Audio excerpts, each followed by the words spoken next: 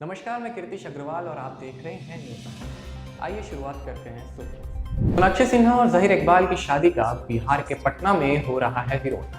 कहा, बिहार में घुसने नहीं देंगे। राजस्थान के जिन जगहों से गुजरती है कर्क रेखा, वहां लगाए जा रहे साइन। अयोध्या का रामपथ नहीं झेल सका थोड़ी सी भी बारिश, जगह जगह हुए गड्ढे। लोकसभा स्पीकर के चुनाव को लेकर चल रहा सरकार और विपक्ष में तनाव।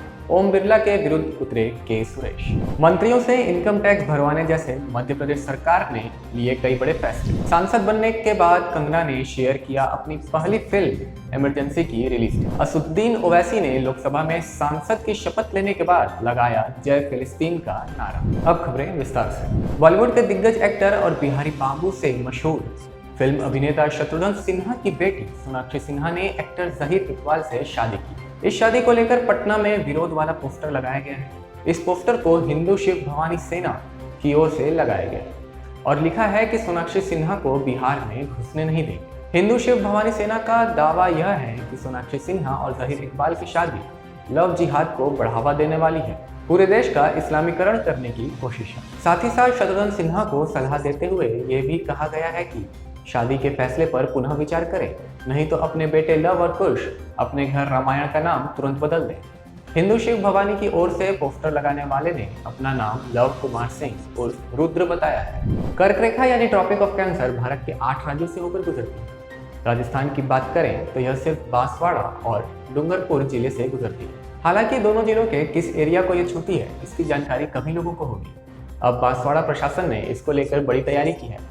अब आप बांसवाड़ा जाकर कर्क रेखा के एग्जैक्ट लाइन को देख पाएंगे और उस जगह खड़े भी हो पाएंगे जहां से ये रेखा गुजरती है। इसके लिए स्थानीय प्रशासन ने रिसर्च के बाद पर्यटकों और स्थानीय लोगों के लिए वहां बोर्ड लगाने का इंतजाम किया। आपको बता दें कि कर्क रेखा राजस्थान में 109 किलोमीटर क्षेत्र से गुजरती है। बांसवाड़ा में 72 किलोमीटर और डूंगरपुर में 37 किलोमीटर क्षेत्र है। अयोध्या को विकसित करने की चाहत पहले ही बारिश में बह गई है। रामलला की प्राण प्रतिष्ठा से पहले बनकर तैयार हुआ रामपथ पहले ही बारिश में कई जगह धंस गया है। बारिश के कारण रामपथ पर 1 दर्जन से अधिक गड्ढों वाली सड़कें धंसने से कई घंटे तक यातायात प्रभावित रहा। हालांकि सुबह बारिश रुकने के बाद लोक निर्माण विभाग ने आनन फानन में पत्थर की गिट्टियां डालकर सभी गड्ढे को भर दिया। इसे लेकर कांग्रेस ने निशाना साधा है। कांग्रेस ने कहा कि अयोध्या में भाजपा ने राम मंदिर से लेकर वहां के विकास कार्यों में खूब भ्रष्टाचार किया है, जिसकी पोल अब परत दर परत खुलनी शुरू हो गई। लोकसभा स्पीकर पद पर सत्ता पक्ष और विपक्ष के बीच सहमति नहीं बन पाई है।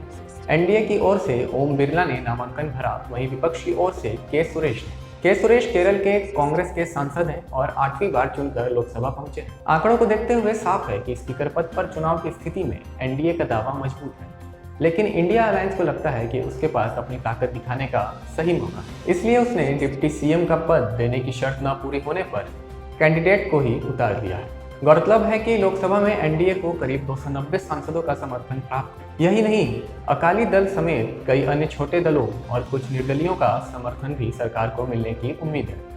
यही वजह है कि एनडीए भी विपक्ष को अपनी ताकत का एहसास कराने का फैसला किया है और स्पीकर पद पर चुनाव को तैयार है। मध्य प्रदेश सरकार ने कैबिनेट बैठक में कई अहम फैसले लिए हैं। मुख्यमंत्री मोहन यादव ने बताया कि अब से सभी मंत्रियों को अपना आयकर खर्च खुद वहन करना होगा। यह खर्च अब से राज्य नहीं उठाएगा। बाकी अहम फैसले की बात करें तो सरकार मिट्टी परीक्षण के लिए एग्रीकल्चर कॉलेज के छात्रों को रोजगार देगी, जिससे किसानों को मिट्टी परीक्षण के लिए प्रेरित किया जा सकेगा। अब तक शहीद हुए जवानों के जीवन साथियों को 1 करोड़ रुपए मिलते थे, लेकिन अब से इस राशि को जीवन साथी और माता पिता में बराबर बराबर बांटा जाएगा। बॉलीवुड एक्ट्रेस कंगना रनौत की फिल्म इमरजेंसी की रिलीज डेट कई बार बदली जा चुकी है। अब एक्ट्रेस ने नया पोस्टर शेयर करके फिल्म की कंफर्म रिलीज डेट 6 सितंबर बताई है। कंगना रनौत की इमरजेंसी पहले 14 जून को सिनेमाघरों में रिलीज होने वाली थी, लेकिन मई में मेकर्स ने स्टेटमेंट शेयर करके बताया था कि इसे पोस्टपोन किया जा रहा है। कंगना ने फिल्म का नया पोस्टर शेयर करते हुए लिखा, स्वतंत्र भारत के सबसे काले अध्याय के 50वें वर्ष की शुरुआत।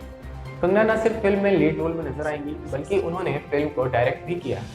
इमरजेंसी में कंगना के साथ अनुपम खेर, मिलिंद सोमन, महिम चौधरी और श्रेयस तलपड़े भी अहम किरदार में नजर आएंगे। एआईएमआईएम सांसद असदुद्दीन ओवैसी ने मंगलवार को लोकसभा सदस्य के तौर पर शपथ लेने के बाद जय भीम, जय नीम, जय तेलंगाना के साथ साथ जय फिलिस्तीन का भी नारा लगाया। इस पर बीजेपी के कई सांसदों ने विरोध दर्ज करवाया है। वहीं प्रोटेम स्पीकर भर्तृहरि महताब ने कहा कि अगर ओवैसी ने कोई आपत्तिजनक बात कही है तो उसे रिकॉर्ड से हटाया जाएगा। आज के लिए बस इतना ही, मिलते हैं आपसे अगली वीडियो में। नमस्कार।